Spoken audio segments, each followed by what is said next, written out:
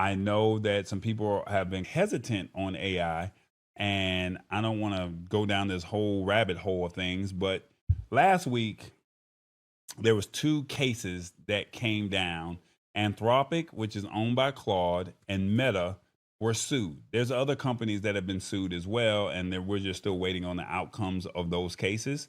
But what has happened is they've been using or training their models on other people's information. And so technically that's called copyright, right? And that's copyright infringement.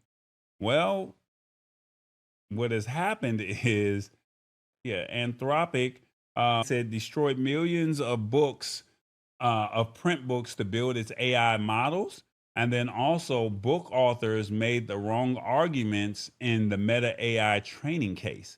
So there was two separate cases that happened last week, and we need to discuss those because this is relatively important because this could shape how we start to use AI and may make some people hesitant on using it. And you can't get mad at it. It's just what it is, right?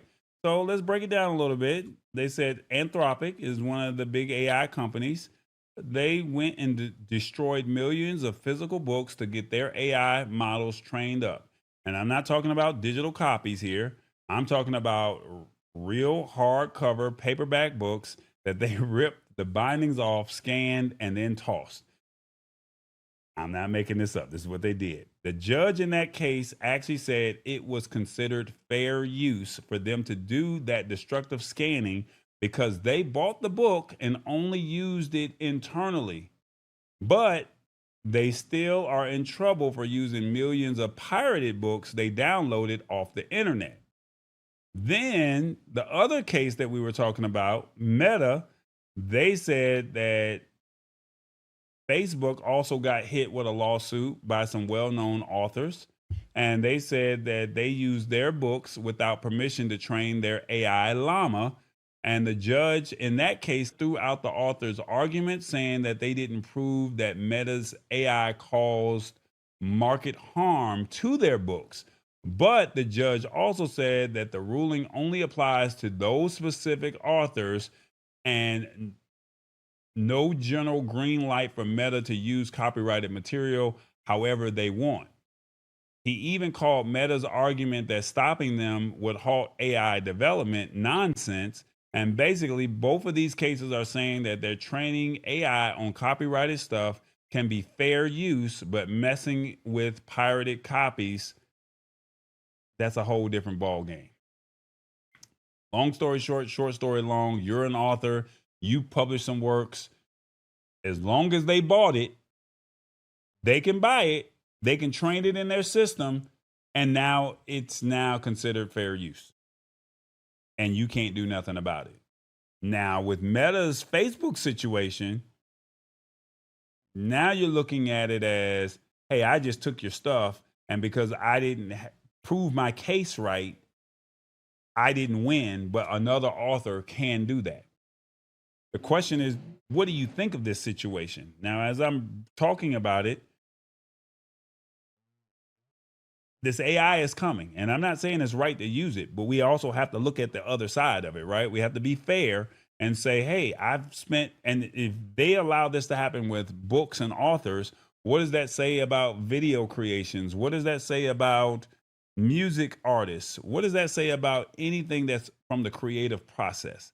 And I know that I'm a big fan of using AI. I know I'm a big fan of saying, come on, let's jump over here because this is where the world is going. And I can go down that rabbit hole, but we're looking at these two cases here, and they're now saying that that's considered fair use. You, as long as I bought it, I can do whatever I want. And it reminds me of Straight Outta Compton and that scene where Eazy-E did not get mad, but Ice Cube was like, hey, they ripping up our CDs. And Eazy-E said, I don't care. They bought it. I'm still getting my money. So you can do what you want to do with the information. You can do what you want to do with the CD or the music. You bought it. It's not like you stole it from me. So in one way, I see it from that standpoint. But then on the other end, I'm looking at it and saying, hold up, you're training it. Is this right? Is this fair? And I hit the spot 1006 says that's why there should be regulations. So you're destroying property and that's okay. What are you teaching the kids? Well, I mean, it's no different from you buying a book right now, hit the spot 1006. You buying a book right now and you saying, I don't want to I read the book. I want to rip it up, rip out the pages, and I'm going to use them as study notes. Let's say you are buying a cookbook and you say, I'm just going to pull a page out of the book and I'm going to put it on top of tape it to the stove. Because you're using that book, using that page on the stove, that's a private use case. The only difference is they're just training it into their digital system. Now, there was another case in the past where Google got sued by some authors. This is about 10 years ago. And they got sued by authors, and they said that Google won that case. And they said the only reason why they won the case was because Google linked back to the author. So there was no way that they were physically losing money. They were actually making more money. So Google said, hey, I'm going to train all of our websites on your books, but we're going to link back to your book and people can buy that book. And that's how they trained up Google. And now AI is doing the same thing. They bought it. And as long as they bought it, so you got one sale and now it's trained forever. It's no different from this podcast. Somebody can take the transcript from this podcast. It's right here on YouTube. Anybody can grab it, right? And they can train on my style. I'm not mad at it, or it is what it is. Those are my sayings, right? Stay in your lane. I don't have the bandwidth to deal with this. And if I say that in my podcast or say that in this show, and they train and say, I want you to talk like this podcaster, my hands are tied. What can I do? The only difference is they didn't buy this show. Whereas with an author, you're getting a sale. And they said, but AI is altering the info. No, they're not altering the info. How are they altering the info? All they did was rip a page out of the book and scanned it into their LLM. They didn't change it. Now you can say, I trained on your material. I trained on Hit the Spots material. I trained on Sheila's material. I trained on Lisa Maria's material. And I want you to give me a mix of all three. How did you alter it? I trained on all three, and it's going to give me a mix of all three of those authors. So they're not technically altering the information. They're learning your style. So are they really doing damage? Because they did buy the book. They did buy the art. Now, if you turned around and just took the art off the internet, copy, pasted, and then used that as a style reference, and there's no there's no type of alterations to it, and that's straight copyright all the way around. Now, they're saying that there's new ways to access knowledge now. Think about it. If AI can gobble up all of this info from books, it means that there's a potential for new innovative ways to search, synthesize, and interact with knowledge that might have been locked away in a dusty library. And they said for seasoned minds, this could open up a fresh avenue for research, learning, and staying sharp. You have your own way of how you learn. I got my own way of how I learn. And if I'm learning, and if I learn from a certain author or a certain artist or a certain creative, I learn better from them. And I'll give you a great use case. I have a family member that's in high school. They're struggling with a certain subject, chemistry. I told them, had they been using AI? And they said, oh, I don't want to use AI. I said, okay, no problem. Here's a use case. What are things that you're into? Oh, I'm into this. Who's your favorite artist? They told me who it is that they're into. I told them, pull up a chemistry problem. Chemistry. I showed them in Gemini, hey, here's this problem. How do you help me understand this and break it down to where I understand it based off of this hobby and this person that I idolize or that I respect? And within 30 seconds, It gave a scenario and it asked, well, what's the answer to this? And based off of that person or my family member knowing the character and what they would be typically used to doing, they were able to get the answer correct. And they trained, and basically the AI said, well, we already know everything about this character. We know everything about this topic. Here's this chemistry problem. How do we bring them or blend them together? This could be a new way of learning. So I know a lot of people are against it, but at the same token, if you're stealing the material, there's a problem. But if you're synthesizing, you're training, and you're helping people learning new ways, this could be a new innovative way to search. Like I said, and you never even looked at it from that standpoint. That's walking a fine line, says Sheila Baker. Hey, I'm with you, Sheila Baker. I think you're right. But right now, the judges say it's considered fair use. And my thing is, if the judge says it's fair use, now I'm not telling you not to do it, but I mean, if everyone else is doing it, are you going to stay behind the curve and still struggle? They're saying keeping up with the times. Let's be real. Technology isn't slowing down. Understanding how AI is being built and the legal challenges it faces helps you stay informed and relevant and rapidly changing the world. And it's like keeping your ear to the ground so you're not caught off guard by the next big thing. We've been saying this for about 2 years now. Informed consumer choices. Knowing the ins and out of how these AI models are trained can help you make more informed decisions about which AI products to use, support, or even invest in. You may not like what Meta is doing, and you say, I'm only going to use ChatGPT. I don't like what ChatGPT is doing, so I'm going to use another LLM, large language model. That's what this is all about, right?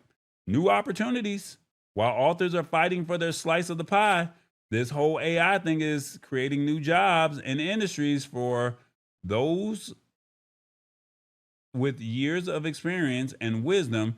There might be an unexpected opportunity in areas like AI ethics.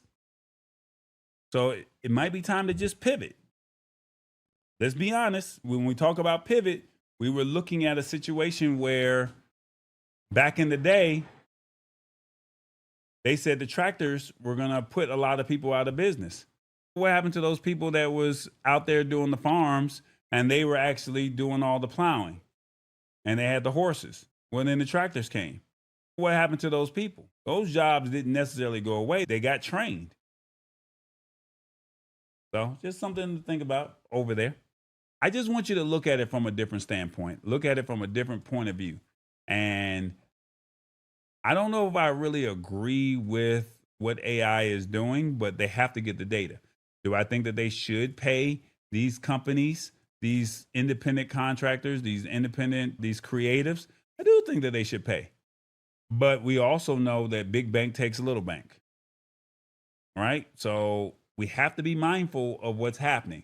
Now, unfortunately, and I'm going to say this and I'm going to constantly say this to you guys, with AI, the United States government has said that they really want to be ahead of the curve. So they're going to probably bend the rules. And when have you ever not known the United States to be fair? They've always tried to get a leg up. And that goes back to the beginning of time. So if they can say whatever it takes to stay ahead of the curve, if they got to rob Peter to pay Paul and say that we were the first, you know that they're going to do it. And my thing is, as long as you know what the rules are to the game, then you're ahead of it. Is it messed up as an author? Yes. Is it messed up as an artist or a creative? Yes. But at the same token, it's time to pivot. So we're going to be talking a little bit more about AI, how it works. I've always said, try this Gemini. I know a lot of people love ChatGPT, but try Gemini. Gemini allows on Android and iOS a lot of free limits, and people love the word free. So I highly recommend just check out what Gemini has to offer. You can get a lot more bang out of your buck. And then if you like it enough, then you're open to subscribing and being a part of the Gemini family. If not, you can go to ChatGPT, you can go to Perplexity, go to Grok or DeepSeek, or can't think of the other one, but there's enough models out there. Claude, You can go out to whatever model that's out there and use, and each one serves its own purposes. And that's just basic ChatGPT. You also have image and video generators. You also have music generators. They can create songs for you. So this stuff is here. And unfortunately, they're looking for any and everything that they can train on. Like I said, do I like what's happening? No, I don't. But at the same token, we have to be honest with ourselves. There's a shift, and it's time to pivot. It's the Lab Tech Show. Join us Wednesdays at 8 p.m. Eastern at thelabtechshow.com. Embrace it or get left behind. Alrighty then.